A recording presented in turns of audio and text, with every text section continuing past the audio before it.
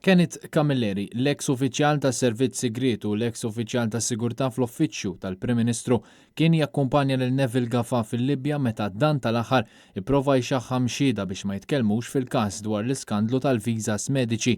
Il-Gazzetta Il-Mument tirrapporta li din il-laqgħa bejn Gafà u Camilleri u x-xhieda Libjani kienet saret f'Ottubru tas-sena li għaddiet, meta din il-laqgħa kienet żvelata u saru mistoqsijiet lill-Prim Ministru, l-istess Joseph Muscat li qal li ma kien jaf xejn dwarha.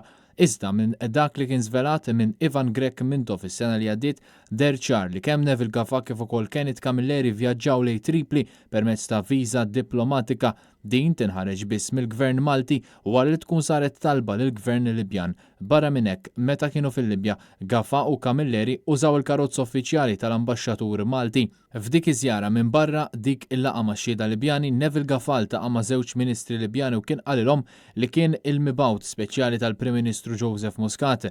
Il-Viċi Prim Ministru Chris Fearn kien keċċa lil Neville Gafà mill-Ministeru tas-Saħħa.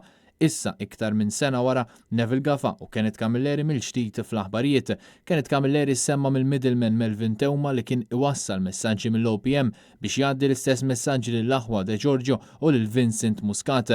Wara li feċ dan kollu, Camilleri tkeċċa kemm mill-OPM u issa kien ukoll sospiż minn Transport Malta.